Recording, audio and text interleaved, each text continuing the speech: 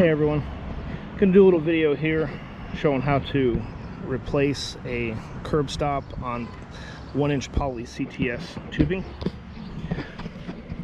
So we got our replacement 1-inch curb stop CTS. Got our insert. Insert's very important. Always use an insert.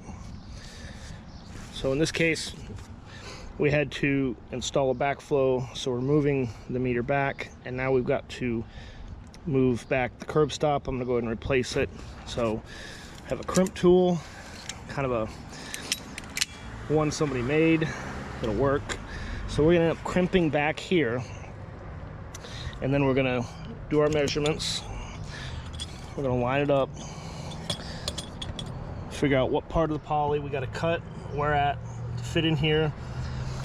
If the cut isn't perfect, one cool thing about poly, if it's a little too long, is you can flex it back a little bit.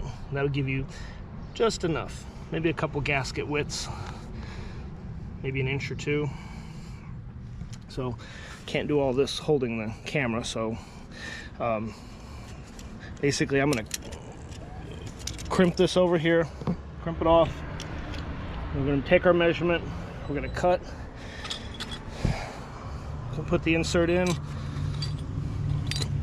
So, all right, I got this makeshift tubing crimper on here, and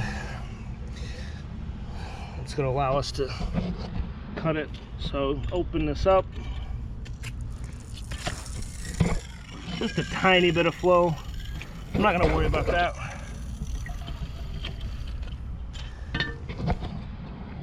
Now, one thing about crimping, no matter what kind of crimping tool you use, eventually the crimp location will develop a leak eventually.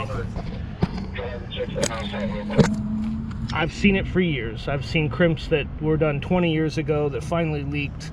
I've seen them then crimp much less time and leak. I think it depends on the type of poly, but eventually they'll leak.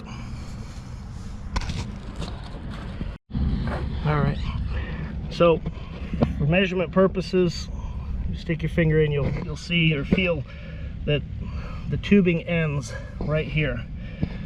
So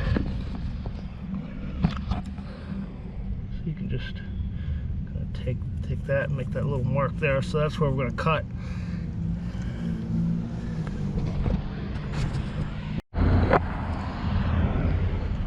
I like these rigid PVC tubing cutters, the RC1625. It works good for 3/4 and 1-inch tubing. They make a bigger version, which would probably work better for 1.5 and 2-inch poly, but this works great for 3/4 and 1-inch.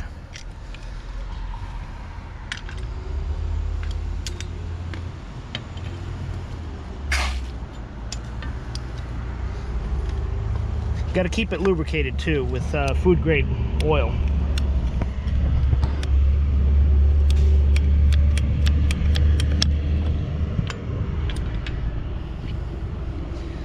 So this is blue on the outside, black on the inside. Some poly's blue on the outside, but it's light blue on the inside. Some of it's kind of a whitish. And I found the whitish poly, if that stuff is like a whip that's out of the ground and just kind of tied up to a post waiting for like a home to be installed, if they don't install that, bury it within a few years, you're going to tap that blue poly that's white on the inside and just crack, spraying everywhere. All right, so got our insert. Always use an insert. Pop the insert in there.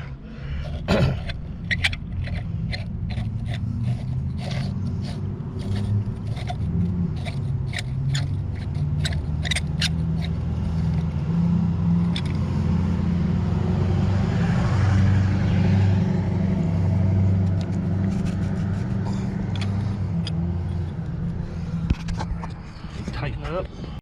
Now these are my preferred wrenches. Some people like the I guess Ford or Reed wrenches for meters, but these are the rigid rapid grip aluminum 14-inch. They make a bigger version, but the 14 works great for 3/4 and 1-inch fittings. So first, I'm going to tighten down the nut tight, and then I'll tighten up the like the retainer bolt there once it's in place. I got a little bit of flow from my crimp, so I leave this open a little bit to keep the pressure from building up if possible. If you close it, you let the pressure build up, it'll slowly push it off, so you don't want that. So I'm going to put one wrench on the bottom over here, or one wrench here, another wrench over here on the bottom to hold it while I tighten. There, it'll look like that. So we're holding, and we're cranking this way. All right, so when you're tightening it, I got this tight. Before you tighten down the little nut, you want to spin this vertical. I'm gonna have to do this with 2 hands, but you don't want to twist the poly. You want the poly to stay at rest where it's at, and then bring the nut, or bring the curb stop vertical. That way, if you twist the poly to make this line up, eventually it's going to twist the whole thing back sideways. So you want to keep the poly where it is and turn the curb stop up before you tighten it. All right, so that's what I did. The poly is at rest, it's not twisted.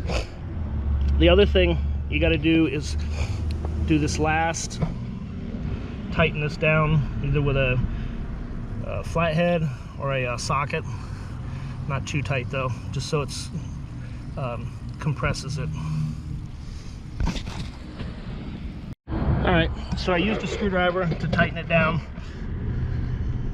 It's flush, but I didn't tighten it too much, just flush. And help the next person out by always positioning this bolt vertical, because that way you can do work on it vertical. I've had these things where they're upside down, backwards, whatever. Hard to work on when you in certain circumstances, so keep it at the top, makes it easy. All right, so we're gonna close this. When you take your tubing crimper off, crimp it in the opposite direction if possible. Okay, right now it's like egg-shaped, so crimp it in the opposite direction to make it come back to its normal shape. I don't know if I'm going to be able to do this with a 5D2, 530. All right, so I've compressed it on the sides, which bring it back more of a circular pattern. That way you'll have it closer to back to normal. All right, so now that it's all lined up and good, before I turn this on, I'm going to take this nut off and I'm going to hold it up. We're going to blow it off, clean out any dirt or any sand that may have got in there, or any burrs, because you don't want any of that getting into the meter or the backflow. It can cause the meter to stop, can cause the backflow to fail. So we want to flush this out before we actually turn it on. I just wanted to put it together to line it up, make sure everything lines up good.